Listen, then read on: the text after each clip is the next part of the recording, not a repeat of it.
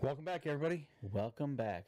Another episode of Up North Journal. Absolutely. This Sunday evening. Yeah, you're back in the chair. Huh? I am back in the chair, yes. We'll talk about that. They don't know what you're talking I know, about. but I'm just saying you're back in the chair. I just had to make that comment. Okay, all right. So, anyways. You'll learn at the end of the show. Right. So, yeah. So there, take that. Let's do some sharing real quick. All right, Let's get that out of the way. sharing. So we got a lot to talk about tonight. Yes, we do. So we get that out of the way. Hopefully everybody's doing well this week.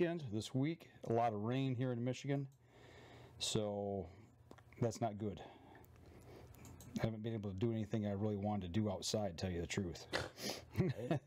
The only weather this is good for is a duck or a goose, because it's poured the last 2 days. I know, right? It's not been good at all. So let's see how Facebook's playing tonight. Hey, look at there. I found it. What do you know? Get my share out of the way. And I'm ready to rock. Terry DeFaw, Craig Hawley are already in the cabin. We got 8 people on already. People are piling in. We were going to wait to post the question until the second segment of the show. We're going to post it now. Post it now and tell them. Okay, I'm going to post a question, but tonight, instead of answering it by clicking a button, we want you to publish it in the comments, and we're going to talk about this at the end of the show. So we're going to throw that up there right now, so everybody can comment along. Let's see if I can take care of this on my end here. Okay. All right. You let me know when you're ready, Dan. Why don't you tell them about our discounts? Well, I think we ought to do that when we start the podcast, actually. Well, actually. So it's on the podcast. That's a good Danny's jumping the gun again. What do you know? I'm giving him a hard time tonight. Right. We do have our special guest in the wings. In the wings, waiting right now. But we got some stuff we want to talk about here in the first segment real quick, and then we'll get on to the rest of the show. You about ready over there? Almost. A couple clicks away. All right, well, I'm going to go ahead and start the show. Yeah, you go ahead. All right, here we go. Stand by in 3, 2, 1. Welcome back to another episode of the Up North Journal, everybody. I'm host Mike Adams, sitting in the cabin tonight with Dan DeFaw on a rainy, cool Sunday evening. And it started to rain at 12:30, and I don't think it stopped. No, it hasn't. It rained yesterday. It's rained today. What are you drinking there? You know what? It's kind of cool outside. So I'm drinking my Hunter's Blend coffee. And don't forget to go over to huntersblendcoffee.com and there. use the promo code that Mike is pointing at, UNJ, and you'll get 10% off your order. And then besides that, you can go on over to Buck's Baits. Go to buckbaits.com and get 20% off your order when you use the promo code Up North Journal. And your favorite, huh? right, absolutely. Rebel6rubs.com. Use the promo code North Journal. You'll get 20% off your order there. That's not it. No. We got one more for you. If you're looking for a game call, we talked to him 2 weeks ago. Go on over to jpogamecalls.com. You can get a 10% off your order at checkout when you use the promo code Up North Journal, and that's good till November 15th of this year. So help the people that help us out. Go over there and get you some good stuff, and they've got some great deals going on right now. So go over there and check them out. Exactly. So my brother says rain, building a blind in the rain is not fun. No, I wouldn't think so. Oh, I warned him. You should have done it earlier. The season's getting here. Right, exactly. So how do we start tonight's show? Well, you start by saying this. If you've been not paying attention to Facebook in our feed, it'll be news to you. If it is, then you understand why we're going to save our first segment talking about a dear friend we lost. Jim Beasley, the owner of Spot Shooters Archery. The news we got late Friday night by a phone call kind of stopped the world a little bit because you don't expect this at any time, and you're right there. The bow community, the hunting community, lost a state champ. I still can't fathom it. You know, yesterday we all gathered over at the shop. What was there, 10 or 15 of us there? Yeah, it was packed. It was you know, there was at least all the workers were there. Pro staff. A lot of the pro staff was there, and customers, because here we are 3 days before season here in Michigan, and everybody's coming in, whether it be a crossbow or bow or whatnot. And when they were told what happened, it was the same comment. Well, I just talked to him X. Right. And one guy, it was the day before, actually a coworker of mine posted that Jim had just built him new strings this week. Okay. And yeah, it seems... I seen him last time 10 days ago. And I'm trying to remember. I think the last time I seen him was the last night of league, I think. Okay. Well, Actually, no. I went over. You stopped over the shop. I stopped over there with Kelly, I think. Yes, with Kelly. You were working on her bow. Working on her bow. And Jim asked a practical question. Can you see through your peep sight? Yeah. It was funny. It was comical. Actually, it was Jim being Jim because she had on one of those peep sights that has the tube. The straightener. Yeah. Yeah. And she was having issues with that. And I said, you got to get just a regular peep. Mm-hmm. So the joke was by Jim, in typical joking fashion, you're moving up to a big girl peep. So, and that was the saying. Okay, here you go. You now have a big girl peep. Yeah. So Jim loved the younger crowd, loved kids.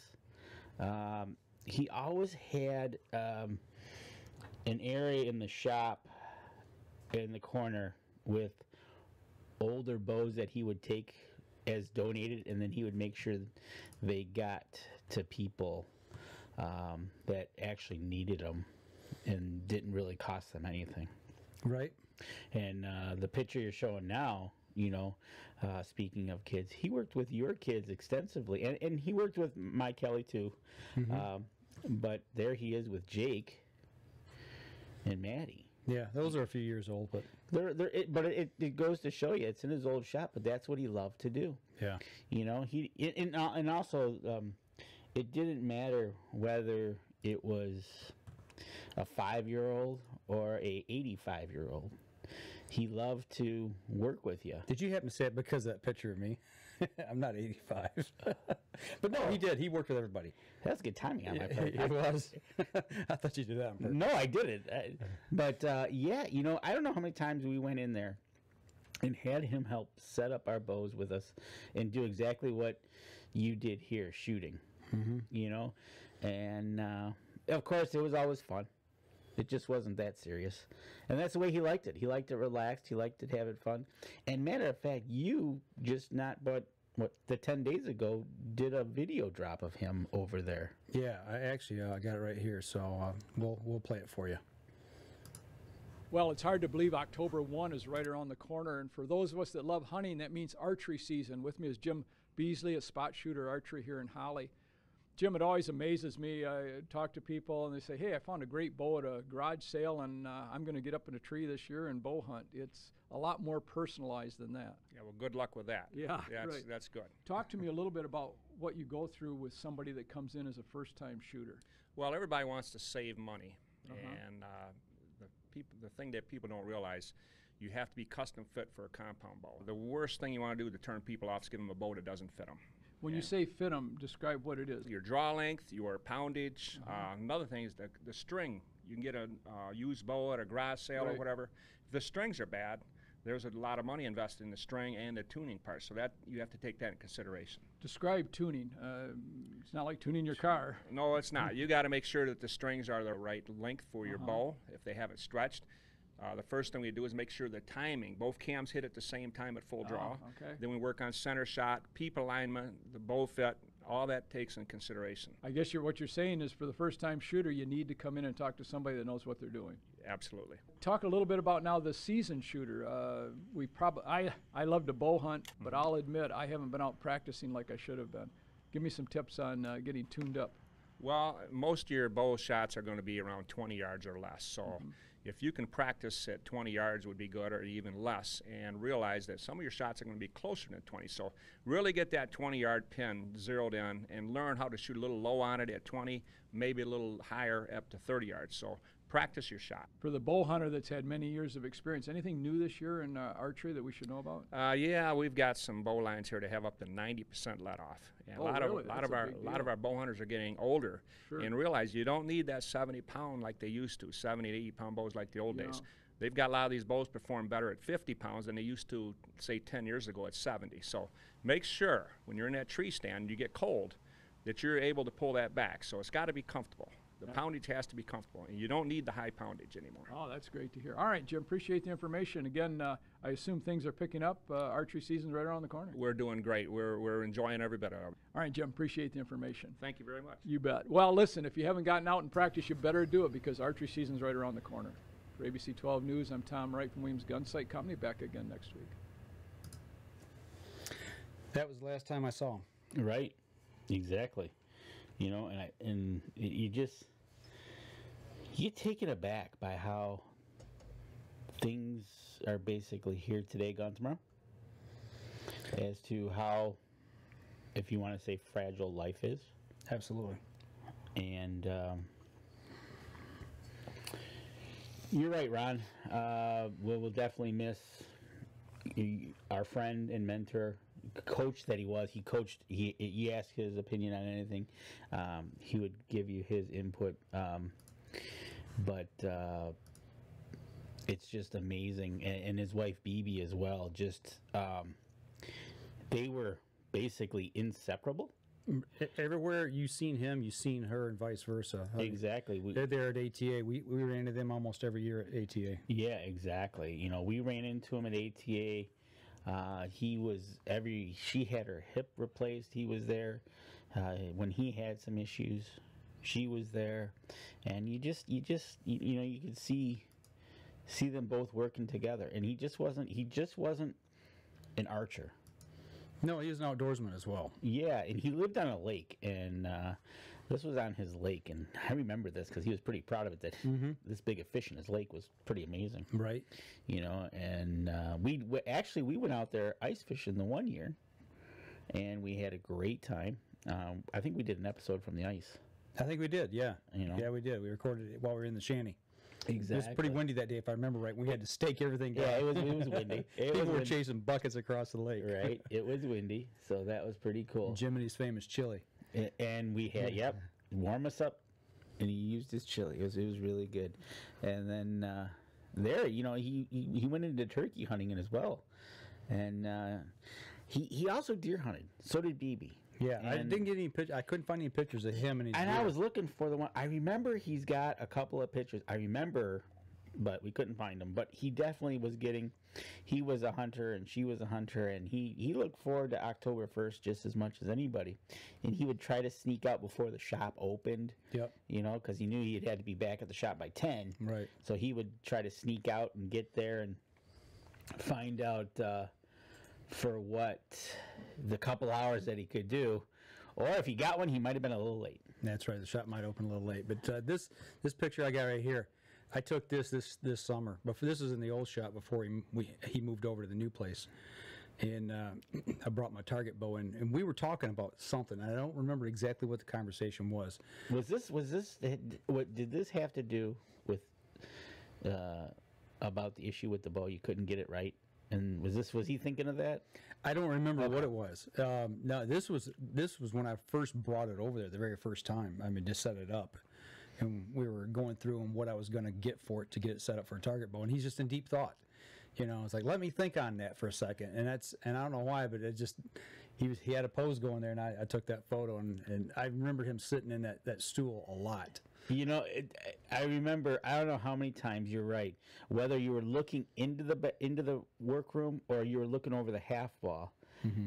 If he wasn't doing a string, he might have been sitting, and that he had that on that look, mm-hmm. that pose of let me think on it.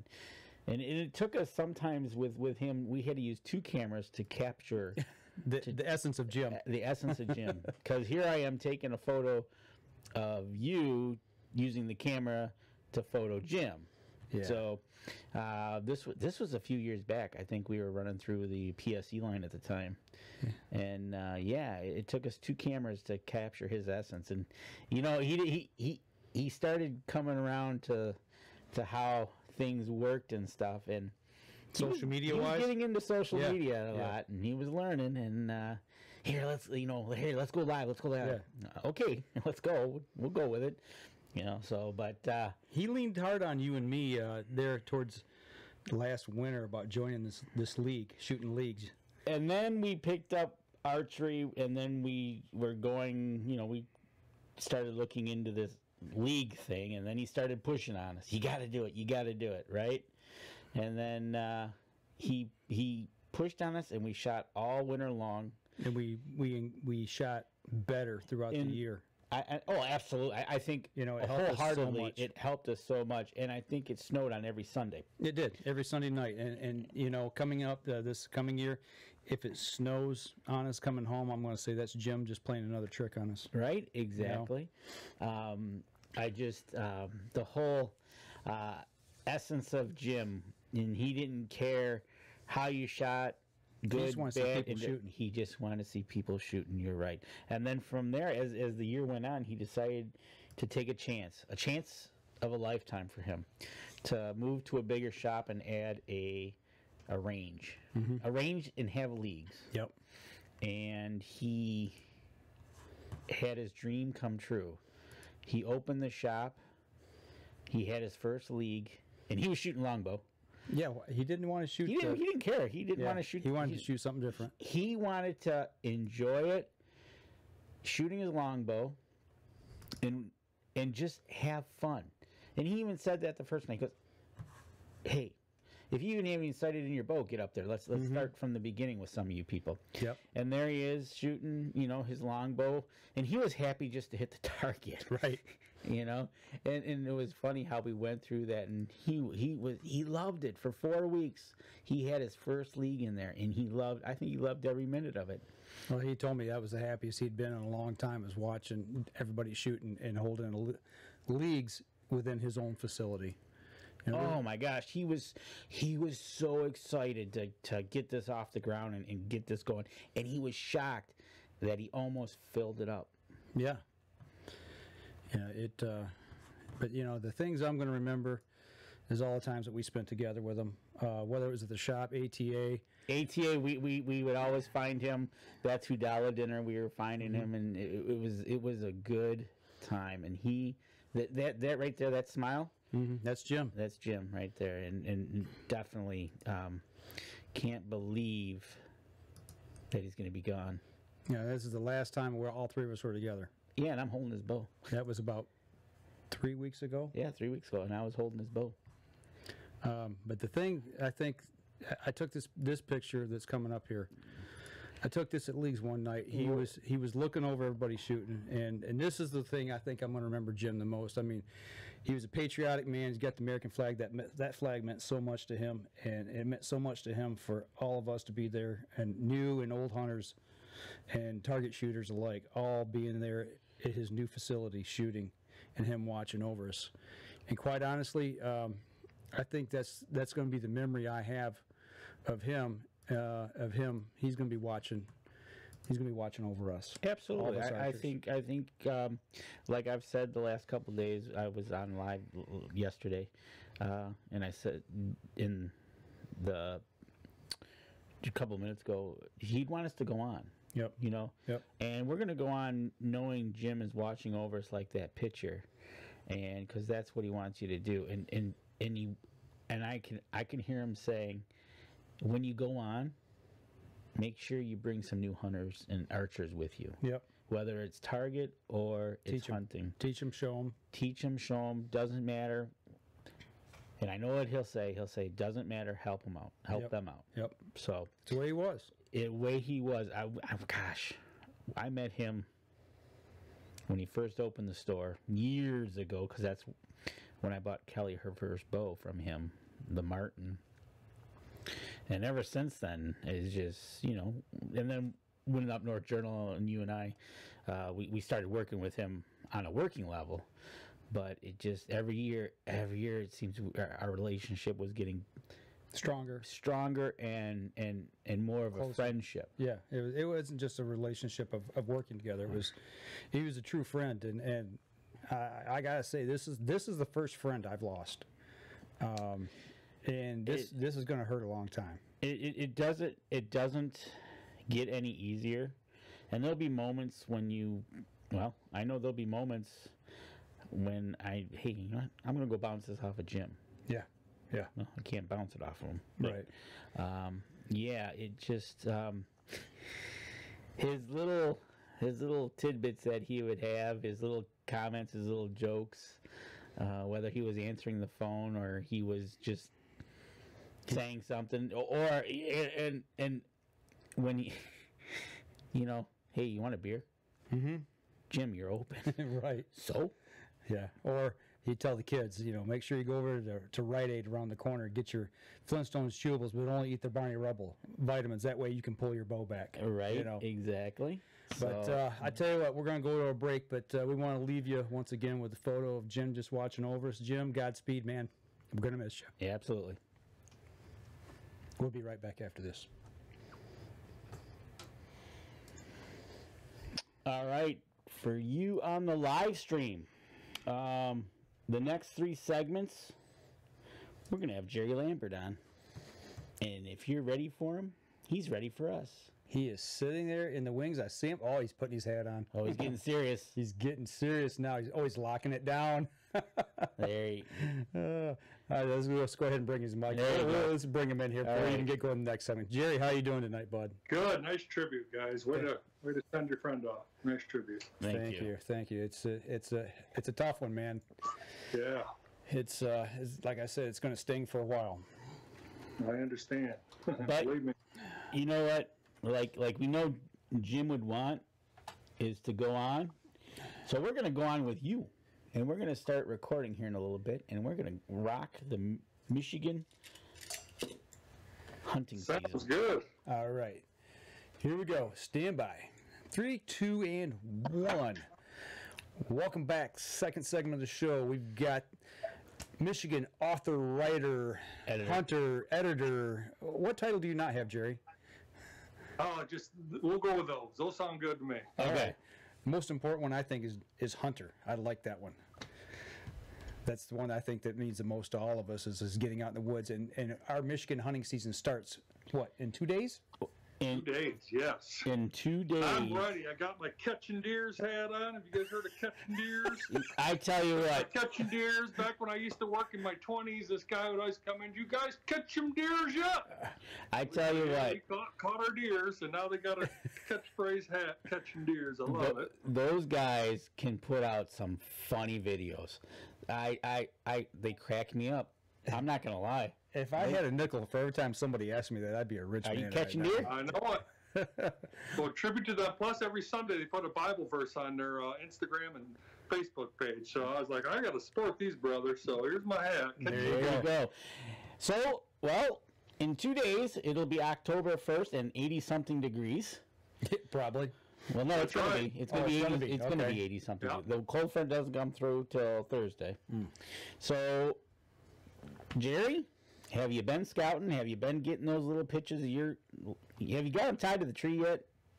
Well, we'll just say I got some nice ones on camera, and I got one specific target buck who's looking pretty good. He's looking pretty good. Kind of resembles this one right here, my favorite back scratcher. So that's a pretty good back scratcher there. I like that. Yeah, that's not a bad back scratcher. I'm not excited about deer hunting or anything, but Hold on, wait, go back to that. I think I saw him 2 years ago twice when he's a nice 9-point. Did not see him at all last year, and I got some good pictures of him this year. He's a real tall time 10-point. I think he'll break the 150 mark. So nice. We'll see what happens with him. Yeah. Does he have the split brow tine? No, that's a different buck right okay. there. I was like, Wait. That's a split brow time. Hold the phone. Good observation. Yeah. Yeah, absolutely. No, he's caught time like that one there. Though, Oh, okay. So how old do you think he is? I think he's at least a 5-year-old now, because I think 2 years, if it's the same buck and there's a lot of characteristics that make him look the same, I think he was 3 years last year. So if not a 5, he's at least a 4. Okay, cool. So yeah, he's looking pretty good. How, speaking of looking pretty good, how's the deer looking out your way with all this wonderful stuff we got going on in the state, CWD and all that good stuff? How's your deer population looking? Well, I gotta be real honest with you. We were in an area, and I think I talked about this before, where EHD I had a number of properties. One property, it took, I think, 90% or more of the deer. I've talked about before, I had like 500 pictures every 2 weeks, and it went down to just this two little does. That's the only ones I was getting pictures of. Wow. And we found dead deer all over. But where I'm going with this, we've seen some really healthy, big bucks since then. And a friend of mine, I was talking to him. He's a deer farmer, and we were talking this week, and he said, God has a way of cleansing, nature, and actually there were just too many deer, and EHD helped, clean the population down a little, and now look, we have healthier deer. Now, is that a scientific answer? No, but I kind of, I'm in agreement with him, and now, we're facing other diseases. In fact, I don't know if you guys heard, the EEE that's being by mosquito bite. Yeah. Or actually humans have died. Well, I literally live, the Binder Park Zoo's on the other side of the fence of my property, and they just had a wolf die there of the EEE. Really? So I've had to shoot my bow much earlier in the evening, and and I went to check my tree stand. I usually don't go out, but I wanted to check this one because I want to check its straps. I haven't been out there, and it's an area I can't get to very often. And I checked a couple weeks ago, and there was a raccoon on top of it.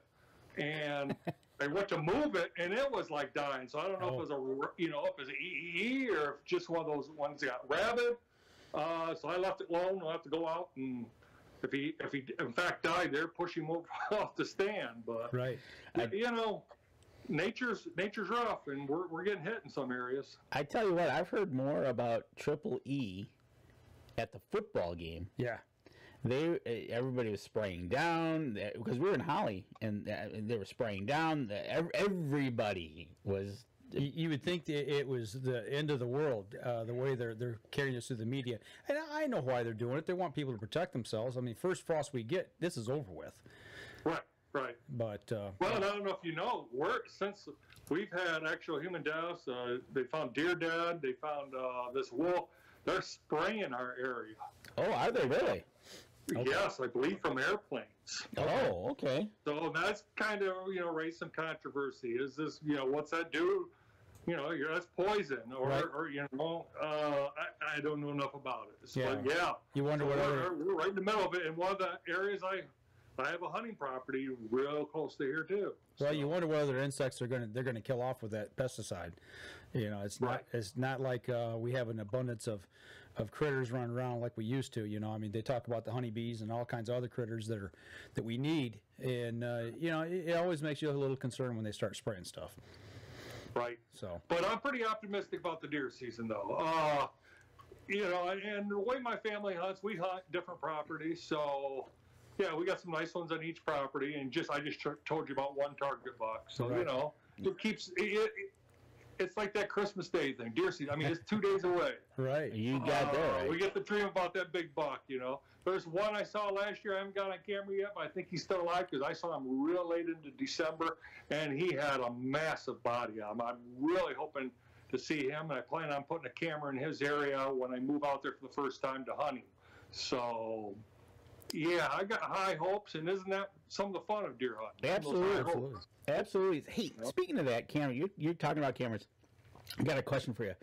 Have you noticed any of your pics of the deer coming up to sniff the camera? Oh yeah. Okay, so why do you think that? Human scent. Okay, because I was talking with Paul, the guy we met at Archer's Challenge from Minnesota. Mm-hmm. And same thing. He and I asked him, and he kind of said the same thing. Mm-hmm. So I'm thinking really heavily of using the odor eliminator from Buck's Baits and rubber gloves, and see if I can't without spraying the lens. Right. Trying to go in there. Well, I think I'm hearing of more guys doing that. They're taking a lot heavier precaution, checking their cameras less, wearing rubber boots, which I do when I go in. I haven't went with rubber gloves yet, and that's probably the next step that I'll go with. But yeah, I'm hearing more of that. Yeah, exactly. Well, I'll tell you the little thing I've been doing. I've been putting them in areas where I think I'll get good pictures, but areas I can drive to. Okay. And if it's farm, now I hunt farm country, so it's to them it's just the farmer driving his truck to a spot. I get out, check it, get right back in the truck. Okay. That helps, and it's not in my core hunting area or right where my stands are and stuff. And a lot of people don't want them near their stands. They feel even the flash or the humming. There's little things in your camera that the deer can detect. Right. So. Yeah, and the bears. They love that humming. They think there's bees in there, and they swat them. Yeah. You want a bear cage if you're in bear country. Yeah. I had a bear turn mine 90 degrees, but it ended up being in my favor. Thank you, Mr. Bear. Well, see, it was a kind bear. It was. He turned it. I got a picture of him on the stump, and then all of a sudden the next picture, you see this furry thing, and then the next picture after that, it's turned 90 degrees the next morning, and there's a deer walking by. It's like, oh. See, the bear said, Danny put this camera in the right spot, but pointing the wrong way. I'm going to fix it for him. So That's right. And he did. He turned it. Well, and I have a big benefit. I live right down here along 94. And I wrote an article for Michigan Outdoor News a few years ago, talking about the Trophy Buck Corridor, I-94 corridor. Mm-hmm. You look at every one of the counties, Washtenaw, Kalamazoo, Calhoun, Jackson, Wayne County, all the ones along I-94 have put out some world-class bucks. And, it's pretty cool to know we have that potential in Michigan, because you hear a lot of negative talk about Michigan. Sure. Well, what do have all those areas have in common? Well, they're farmland. They have good soil. Also, it's pretty much all private land. Right. And, people can complain or argue about the DNR and what they do or don't do, but it proves that when enough landowners or that control their own destiny per se about what they do to their land, habitat wise, what they kill, what they don't, we have the potential to shoot some world-class bucks, and we have some every year, as was just proven last year, that Washtenaw monster. Yep. I mean, that thing was truly a big buck. Well, that's kind of what I've said here for the last couple of years, talking about, doing true quality deer management. The DNR cannot force you to pull the trigger. You are the manager of your own property. And if you've got like-minded people around you, then all of you collectively are the managers of that core area. Exactly. And one thing I kind of wanted to talk about, okay, so for those of you who don't know me, I write for Woods and Water News also. And every year I cover at least 1 to 2 to sometimes 10 to 12 big buck stories. Mm-hmm. And, I see some common denominators. In fact, last year, a friend of mine, we went hunting out west a few years ago, but he invited me down to his property along the St. Joe River. For you motorsports fans, his name's Jeff Stanton. He's 6-time national champion motocross racer. Yep. Well, he put me on the stand right along the St. Joe River, and these raccoons came out in front of me. And I'm watching them, and all of a sudden they got startled and ran off. Oh, here comes the deer. I turn around with a doe are practically under my tree. I'm like, man. I look behind them, big 20-inch buck. I'm like, oh my goodness. So I get all ready. Well, he starts prancing this doe around, and he goes through my shooting lanes too quick. So I go and tell Jeff, I said, there's a nice buck there. And he goes, oh, okay. I said, no, there's a nice one. He's a 20-incher. He goes, cool. So he goes, you want to hunt tomorrow? I said, sure. So I go back out and go see it.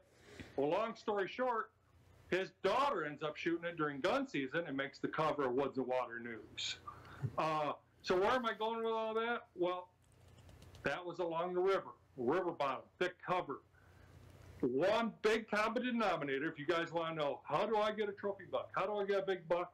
Hunt heavy cover. That is, I guess my number one rule will be use the wind right. Number 2 rule, find heavy cover. And then a couple weeks ago, I had the privilege of hearing Don Higgins speak at an archery shop here in Michigan. Don Higgins is a trophy buck hunter out of Illinois. Yep. He has his own like food products now for food plots and such.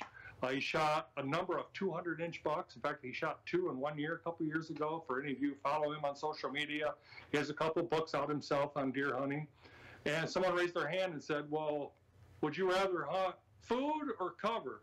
He goes, I represent a food company, and I got to tell you, if that's your choices, hunt the heavy cover. Mm-hmm. So, hunt the thick stuff. Yep. I like to hunt the edge of it. Well, I'll tell you the truth. That's another method. Outside in.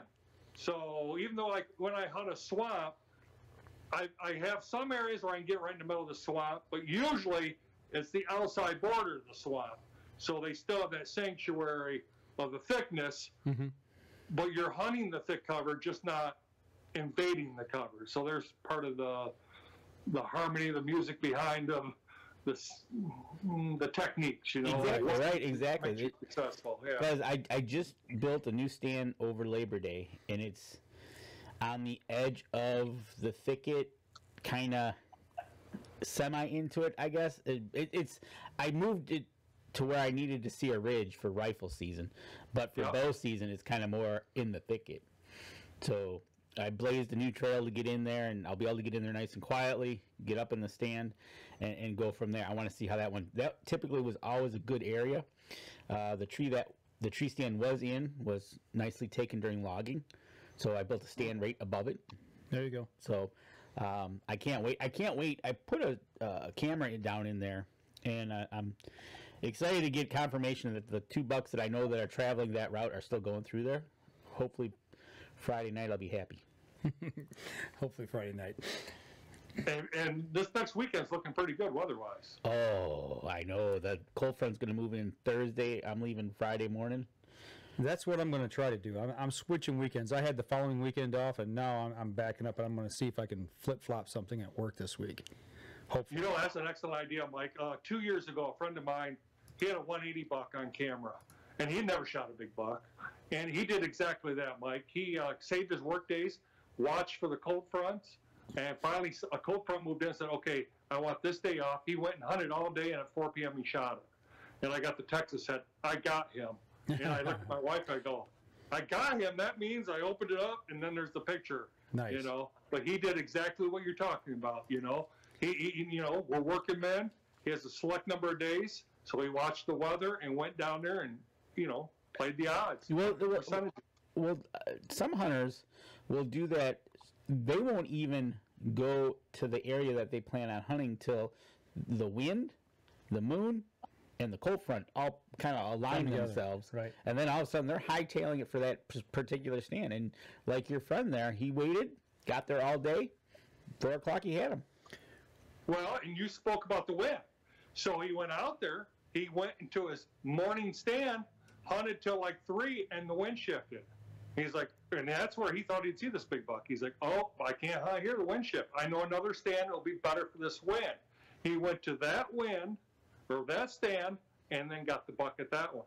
So, you know, he kept playing the odds that were best for him and using his intelligence through the whole hunt. See, that's something I did last year, and I alluded to it one time, I believe, last year when we were talking about it on the show. But switching stands in the middle of a hunt. You know, I've always been very, very reluctant to do that. But the wind shifted hard, and I just like, I can't sit here. There's just no way it's going to blow the area. I got to get down and move. I didn't shoot a deer that day, but the point is getting down. It finally dawning on me enough and getting enough, I guess, common sense to get down and move versus, you know, playing the old superstition. When you can't get down and you move, you're going to spook everything out of the woods. But I think that's key too, is, you know what, go with your gut, and when things change with it and move. Well, I sent you asked for some pictures, so I sent you some pictures. I got a picture there of a 9-point buck. That's a crab claw. Is that the gray sweatshirt picture? Yeah, I can't see what you guys. The archery buck? No, he's a gun hunt. Okay. I have a gray sweatshirt, orange hat. He's at 9 point with a crab claw in the end. There you go. We got him. Yeah, we got him. Okay. I started on one property and I knew that buck was there. Both my brothers had seen him. I hadn't seen him yet. And he's right along this creek bottom, but it wasn't a good morning spot. And there's this east wind. I went to this other property and I saw a couple bucks, but I kept thinking about this one, kept thinking about that one. Well, I knew I could move in there after the noon hour and be pretty safe. So I moved in there. I call it this stand, we called it the coon tree. It's a big hollowed out stand. It only has a 10-foot stand in it because that's the only thing that'll fit in it. But it has a lot of cover in it, and coons live in it. You hear them walking inside the tree right behind you. Anyways, I saw this buck and I think 4 others all chasing does, and then about 20 minutes before last light, he came in chasing a doe. I go, that's him, and I got him. But I wouldn't have got him if I didn't, play the wind, switch stands, and up my odds. And once again, where was he? Thick cover. And Southern. So you were using a slug gun?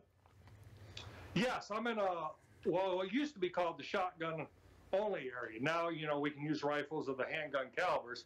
Tell you the truth, I still use my 12 gauge Remington. I have a rifle barrel, and last year I shot a buck at 100 yards with it late into the December season because we could use shotgun during muzzleloader down here. And, I shot them at 115, 130 because my gun has that capabilities. I practice with it, and that rifle barrel with Sabot slugs, it works out. So, yeah, I do pretty well. I guess so. And you know what? We're bumping up on a break. So why don't we save some more fun stories with Jerry for the next segment? All right, let's step outside real quick, and we'll be right back after this.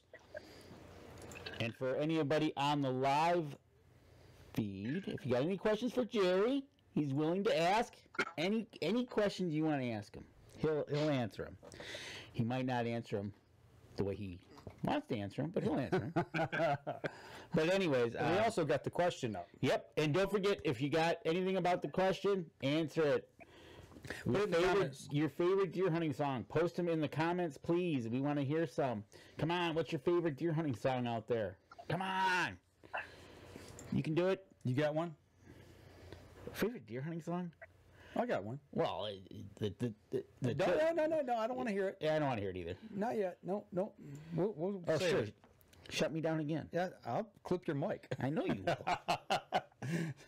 I'll take care of him, Jerry. You and I'll Wednesday, him and our other guy, Ken, kicked me out of the studio here. We had a pre-recorded show for next week. I saw that. Yeah, so they kicked me out of the studio, and boy, did they had fun with that. Yeah, we did. So I tell you what, we'll kick Danny out, and we'll just run with it here. All right. Yeah, I got a couple other tactics I thought we'd talk about. All right. Okay. They ban baiting. I got I got a couple tactics to help with that. All right. Sounds good. Let's go for it. All right, here we go. 3, 2, and 1. Welcome back. Third segment of the show, talking with Jerry Lambert, down from Calhoun County, Michigan, down in his stomping grounds. Down in the stomping grounds, and you know what? Speaking of stomping, used to stomp on apples in this state. But people are stomping mad right now because of the bait ban. Right, exactly. And you know what? In the lower peninsula, you're not allowed to bait anymore. Nope. Don't even put your bird feeder out there. Right. Not wise. But Jerry, you've got some tactics because of the no baiting ban, what we can do to help us get around that. Yep, a couple years ago I wrote an article for Woods Wire News talking about decoying deer. I've had a lot of fun decoying bucks. So many of you, if you're deer hunters, and you probably are if you're listening to this segment, you know that, how to decoy. You put it, you do turkey hunting, deer hunting, you put a decoy out. Couple things just to fine-tune that approach. I always like to put the decoy where I play the wind. So a lot of time, and I shoot better off to my left. So I like to do it because those deer are going to approach from the downwind. So you want to have it so that when the deer approach about 20 yards from your decoy, you got a shot from them. So that should determine where you place your decoy. Now, what other strategies? I very seldom use a doe decoy. I've read this and I've found out through experience. Doe decoys alert does for some reason. Those does will stop and blow at those other does, and then they'll end up freaking out and running off. Whereas if you have a buck decoy, they may stop at it a little bit, but then they usually just go on to feeding. I noticed for some reason, the buck decoys don't bother them as much as the doe decoys. I was just gonna ask you to use a buck or a doe. Okay, so we got a buck decoy out there. We got it in a position where at about 20 yards when that other buck is approaching, you're gonna have a good shot at him on what would be favorable to your shooting. Don't put it across your body. Well, and here's a small tactic, but one more little element I do. It's not as aesthetic, but it looks funky. I put just one antler on it. Now, why? Well, nature is survival of the fittest. Nature is cruel. You think Mean Girls, I never watched the movie, but I've heard about Mean Girls.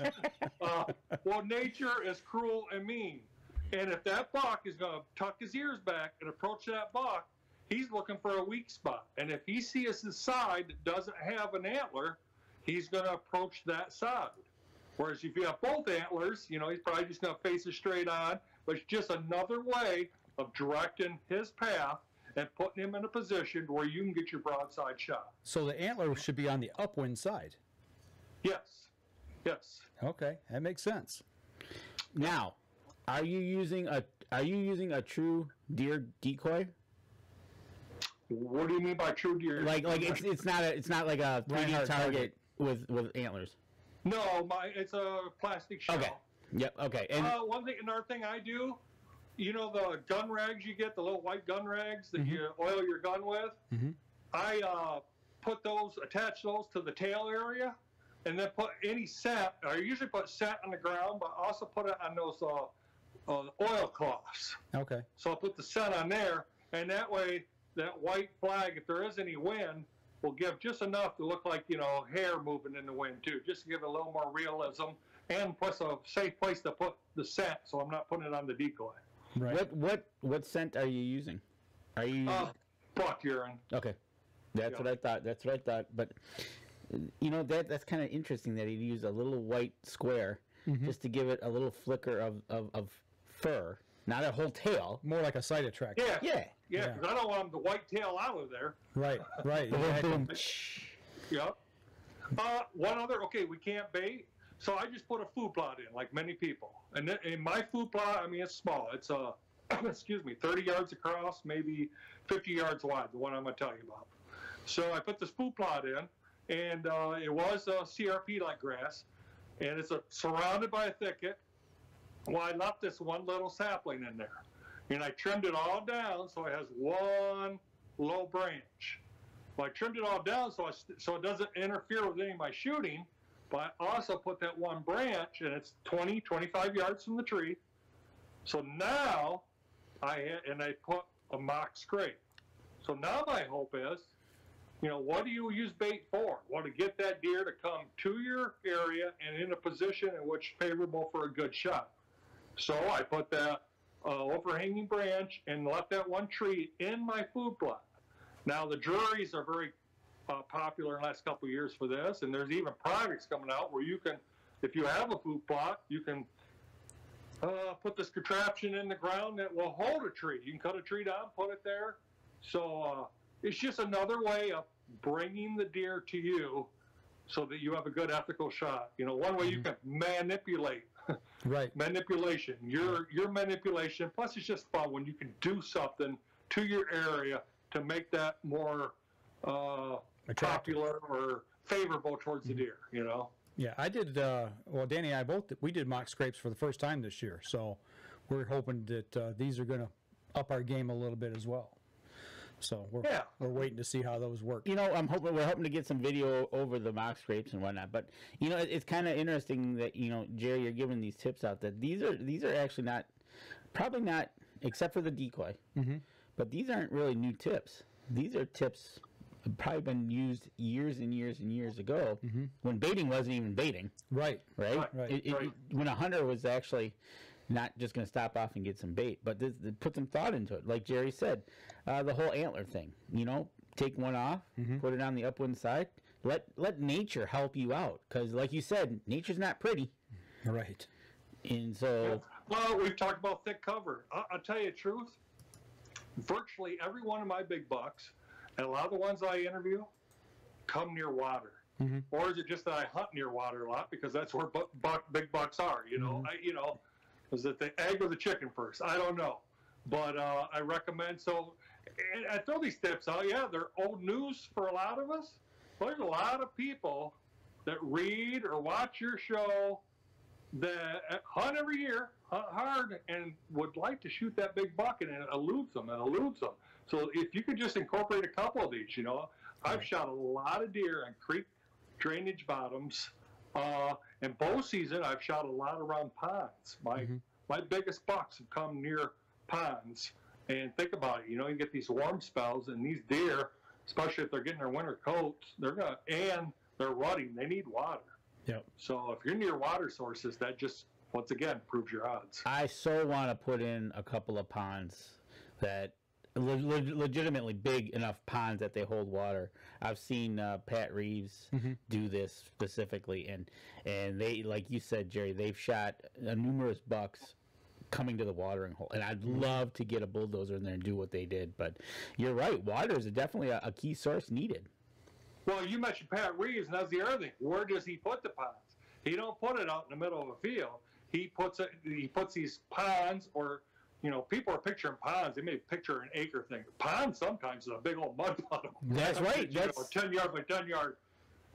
That's some of his ponds, or their little children's swimming pool that you insert into the ground, add some dirt, type thing. But you put it in cover. Places they feel safe to go to during daylight hours, because that's that's what you want, hunting hours or daylight hours, and you want to get that buck on his feet and in a position during daylight hours. Well, let's switch tactics a little bit. You're talking about bucks a lot. Question for you: if you're going to take a doe, would you take it early in the season, or would you let it go later in the season for the late season, or if you're going to take does, how are you going to approach that game? And just speaking for personal, I take my does usually late season. I get my buck or two, and then I'll shoot the doe real late in late December. Yeah. Okay. I've shot now some. I just want to get a bull kill to help the confidence of some. So I'll shoot a doe in early bow season too, but come mid-October through November, I don't really want to be shooting does and tracking them all around through my security cover and stuff. I totally get that. I totally get that. It's. I just wondered how your thoughts were that, because some people have said, no, get in there, shoot your does early, get them out of there, and then do your buck hunting. Some people, like Jerry, wait till after they do the buck hunting. Well, he said something very interesting here, and I think that it's a key distinction for people that are listening, is the fact that he said he doesn't want them tracking them through thick cover. For us, when we're looking to take a doe at our place early season, which I have no problem with, I would generally not be in a heavy thick cover. I might be off the edge of a food plot in the staging area. That way, they're not as likely to go bounding into deep, heavy cover where I'm going to go in and have to track them and bust that all up. So I think you made a key distinction in that. Right. And I also added, that's me personally.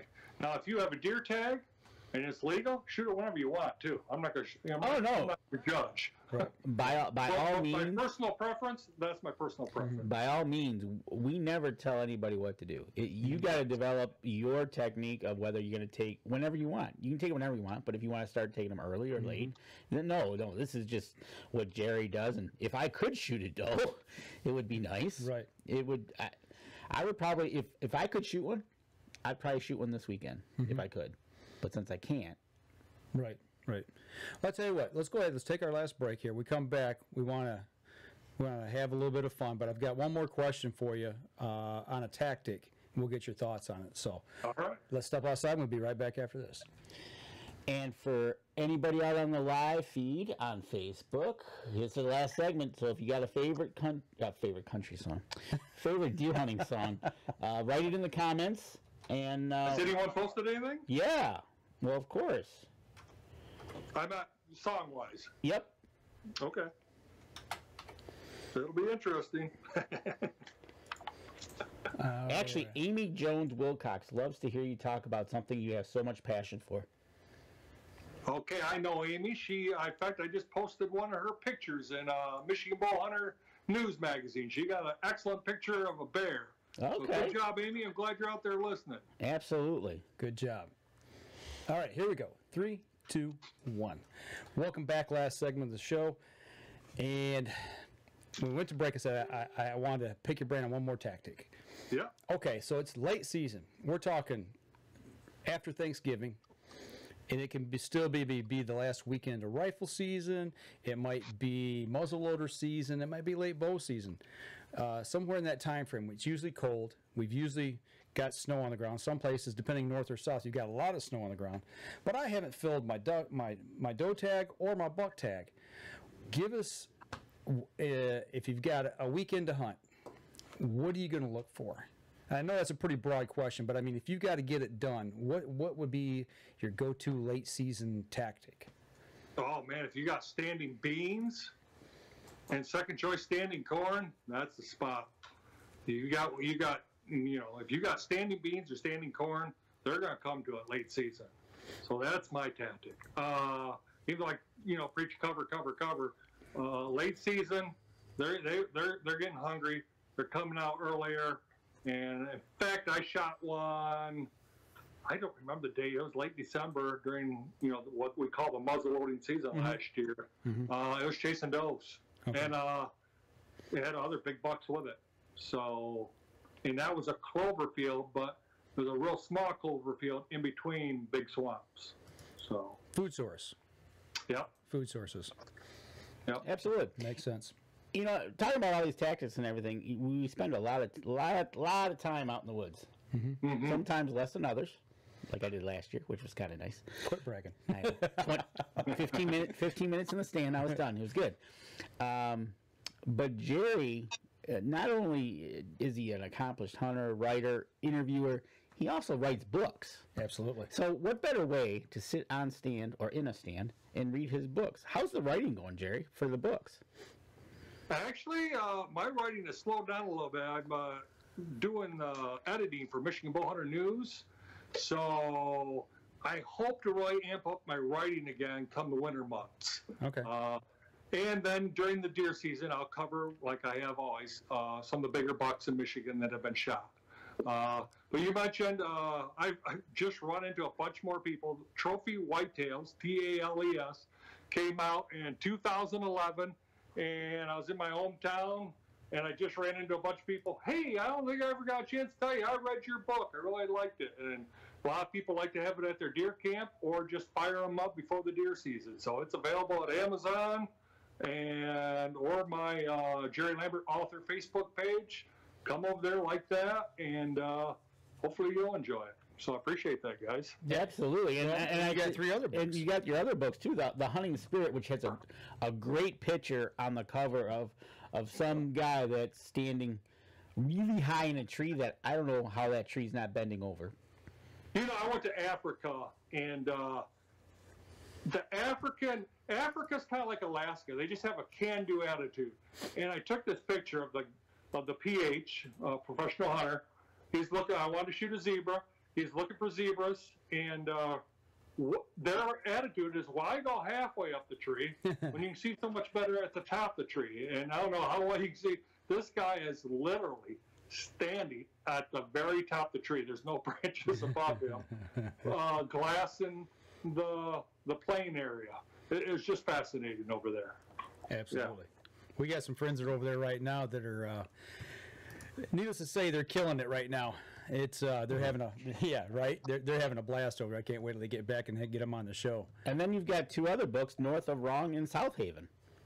Yeah, I don't have the South Haven one right here to show you, but North of Wrong is a novel that's sportsman-like. It's about a deputy sheriff who marijuana farmers, when it was illegal in Michigan, infiltrate the public woodlands. And they get greedy, they murder, and the sheriff has to step in and uses his woodsman skills to help solve the crime. And it's called North of Wrong, and the setting is northern Michigan. I tell you, when I got that book in my hands, I could not put it down. It is an excellent read. It's not quote unquote a hunting book per se, but it does have hunting in it. And there's places in there, if you're from Michigan, that you're going to recognize. Excellent. I appreciate that, guys, a lot. And like you said, you can go to Jerry's Facebook page, Jerry Lambert, author, or actually, you can just go to Amazon as well, and you'll get the books there. Oh. So Christmas so gifts. we're gonna hold him to that author thing. He's got to start. The winter months, we'll start hitting on him. Hey, you writing today? Or what are you doing over there? Right. Good. So okay. So we talked about tactics and tips. We talked about Jerry Lambert, the author. But something about music. Yeah. He wants to talk about music and find out people's best hunting song. So I wanted to finish with something fun, and there's a lot of controversy out there in deer hunting, and I imagine this will be controversial in a fun way. People are going to have their own opinions. It's going to be fun to see in your comment stage. But I've come with a top 10 list of the best hunting songs. Now, what do I mean by that? Hey, beautiful fall day. You just had a great hunt. Dirt roads, gravel flying. What do you want to blast? Or are you in the cabin by the fire? Just want something to put you in the mood. So I got a little of everything here. I'm going to give you my top 10. I'll be real curious if Mike and Danny agree, disagree. So I'll start with number 10. One I don't know if you've even heard before. It's called Waiting on a Drop Time by Gunner and the Grizzly Boys, a Michigan band. Not heard of that one. Now, I had to be in my top 10 because if you can get Gunner and Grizzly Boys into your band's name... And Michigan. You're doing something pretty good. Right? All right. Number 9. I'm a big Michigan outdoor TV fan, as is most sportsmen in the state. Just a great show. He put 50 fresh episodes out a year, or 52. And every week they have a song, Michigan Man. And that is done by Mike Ridley. So if you are outside the state of Michigan, you can look it up. If you are in our state of Michigan, you must know this song. You know this song. And if that doesn't put you in the hunting mood, nothing will. Exactly. That right there. Number 8's for the old school country people. Alabama's version of Born Country. Amen. So I had to throw one out. Now, I got to get Leonard Skinner in there somehow. I mean, that's too much dirt, gravel flying, turn up the jams. What they say in Sweet Home Alabama, turn it up, But which one has the hunting theme, and where do I like to hunt? Swamp music. Swamp music, which isn't a deer hunting song. It's actually about it's about hunting. It's about coon dogs, and that's their music as they go through the swamp. Coon dog hunting is huge in Alabama. Along with deer hunting, but coon dog hunting is huge. Number 6 is a song that I think is still out right now, a modern day song by Mr. Blake Shelton, God's Country. Mm-hmm. And if Michigan's not God's country, I don't know what is. If deer hunting land isn't God's country, I don't know what is. So, number 5 is one you may not have heard, and I challenge you to look it up on YouTube, and I'll bet you money you play it more than once. It's by a lady called Ashley McBride, called Bible and a 44. Have you guys heard that one? Bible and a 44. I don't think so. Nice. I bet you listen to it more than once. You'll have to get back to me on that. All right, as soon as we're done with the show tonight, I'll check it out. Okay. Number 4, we're getting to the bottom. It's by a lead singer of the rock group Stain. His name's Aaron Lewis. Can you know what it is? Country Boy.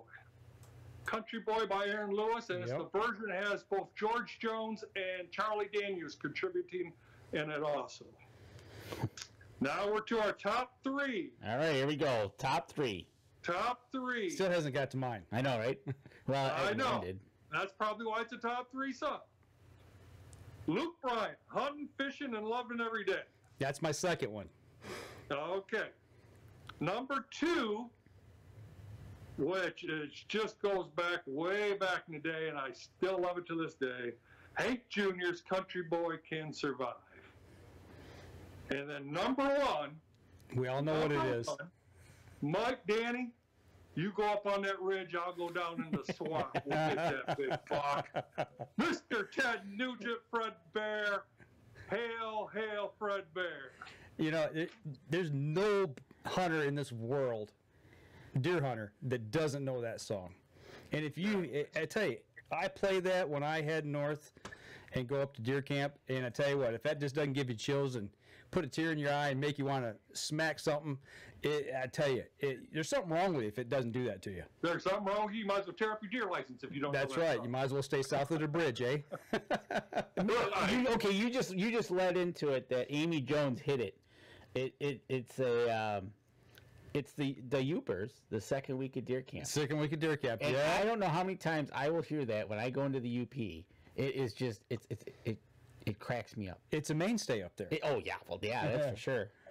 But you can't go wrong with Fred Bear. Yeah. I was hunting in Nuevo County one time, and we were at this guy across. We were in a camper, and across the way, he came in. He was a friend of my cousin's, and all of a sudden, this noise started, and we're like, "What is that?" And we opened, and he's blasting Fred Bear into the night because he arrived. He arrived at camp. Right? That's awesome. Yeah, there's probably 4 or 5 of those songs I've got on my playlist on my iPod that I keep in the Jeep that I plug in and play when I go to camp. So, absolutely. Good. I hope people have fun with that, and hope maybe someone heard a song they haven't heard yet. And now I got to add one more song. Sure. It's not about hunting, but man, it's raw, it's real, it's kind of bluegrass feel. And if you're a believer like me, you got to check it out. It's on YouTube. It's Ain't No Grave by Molly Skaggs. Okay.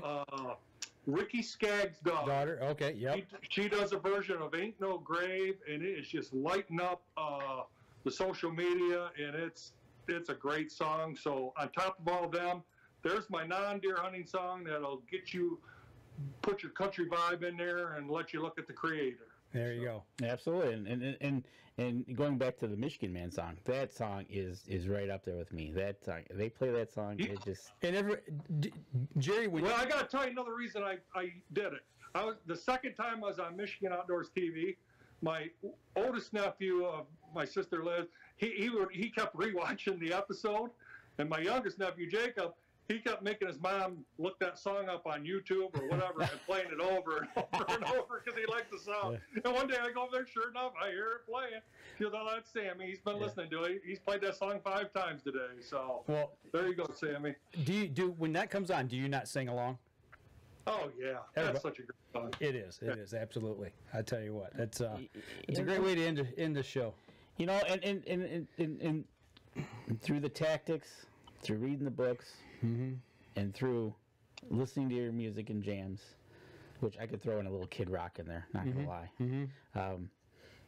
You gotta admit, it would not be wrong. It would be wrong not to mention be safe. That's right. Right.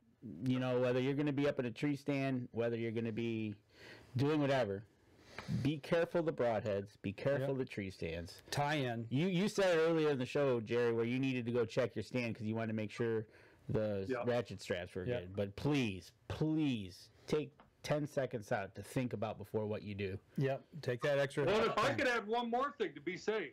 I coached volleyball, and this is what I told my girls all the time, and I think the deer hunting world needs to hear it, and Michael Waddell is very good about talking about this.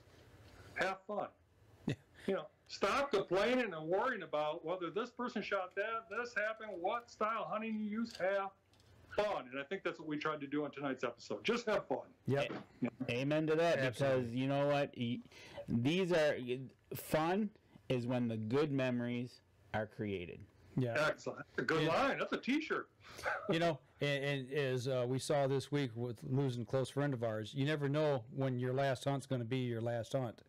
So take advantage of every opportunity you've got to spend it out there, and like you said, have fun with it because it might be the last time you get out there. So enjoy it while you're there. Excellent. Thanks for having me on, guys. And I told you off camera, but I want to say it on camera. Nice tribute to your friend, and I wish the best for his family. Thanks, we appreciate it, and I know he's going to watch over us this season. So just everybody out there is, if you get a second, just say a prayer for Jim's family. They're going through a rough time right now, and as well as all the friends and the team spot shooter. There's a lot of people that in the archery world in Michigan tonight that are grieving because of this. Right, and yeah. I can't say no more than that. That's it. I met him one time. He's a great guy. Great guy. You know what? And I tell you what, if you met him once, then he'd probably remember you, and it's amazing his memory for meeting people at his bow fest, especially his bow fest. That was his signature thing of the year, and he, as many people as he could get there, he loved to have, and didn't matter what you did. Right. So absolutely. Well, we appreciate you taking some time out tonight, sitting down with us, giving some tips, tactics, and having a little fun, talking about music, talking about hunting, and good luck to you this season while you're out there. And good luck, and I look forward to hearing what you guys do. Yeah, absolutely. you'll hear all about it. We got to get back together after season, swap some stories, and get you on again and see how your season went. All right, sounds good, guys. Take care.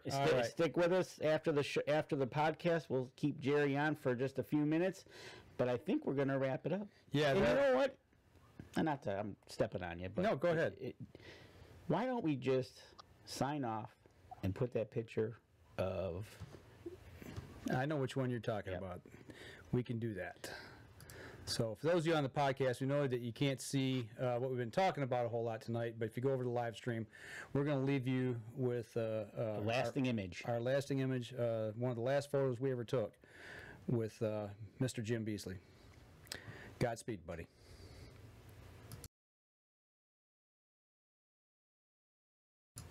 And that'll do it for us on the podcast this week, folks. Y'all take care. All right. And now back to the live stream. We're done with the show. Any questions for Jerry before we let him go on the show? Let him go. Wow. Man, I am just rhyming it tonight. I thought he was going to say before we let him go, let him grow. Oh, that's a good one too. And for all those watching, I can't see the comments till after the show. So yeah, you know what? Ask me something personally. Nope. There's just people. The deer camp song, they agreed with you. Love Michigan Man. Second week of deer camp. I rolled them all into the show. And Ron Gerchow loves Country Boy and Fred Bear. So, kind of, Jerry, what you were thinking about your songs was just about. Yeah, hit it out of the park. If you're in Michigan, yeah, you know all these songs, and I throw in Kid Rock because I could just. I know. I was the Kid Rocks, but I listened to it, and it was a lot about the walleye fishing. I thought, well, we'll do a fishing group later on. There you go. We're off the show, but we're still live streaming here. But I'm gonna put you out. Do you do a lot of fishing or no? No. My parents bought a lake house a couple years ago, so I just got back into it a little bit. And then this year, the few times I had to go out, it was extremely hot or way windy, and they just weren't biting much. So. Okay. I wish I was a better fisherman than I am. So I drown worms. Yeah, that's what we do best. I'll never claim to be a fisherman because I'm not one. You know, no. It's funny. People go, "Oh, so you fish too?" Yeah, but I don't know that much about it like I do hunting. Right. How far are you from us, travel-wise? 2 hours? Probably 2 hours. Yeah.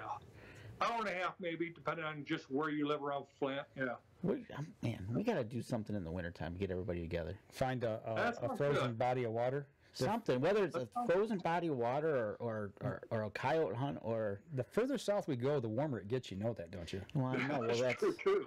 I know, right? We have a hard enough time finding ice up here. Well, either that or we pick a show that might be happening we can all meet at. Yeah. That works. We can join up and just, have dinner and have a good time and absolutely reminisce and see if we can't get Mr. Dave Wilkins out of his west side home over there. That'd be good. Yeah, get him out of his shell. Right? So, but yeah, no, I just, we need to get together. It's been a while since I've seen you and we've seen you, so we need to get you on there, and it's fun having you on because that's exactly what you said, fun. If it's not fun, it's work, and that's no fun. Right. Well, what do you think, Danny? About yeah, we're good. All right, so we're going to let you go, Jerry. Like I said, good luck to you this season, and we'll be catching up with you real soon. All right, take care, guys. All right. Have a good one. That'll do it for us this week, folks.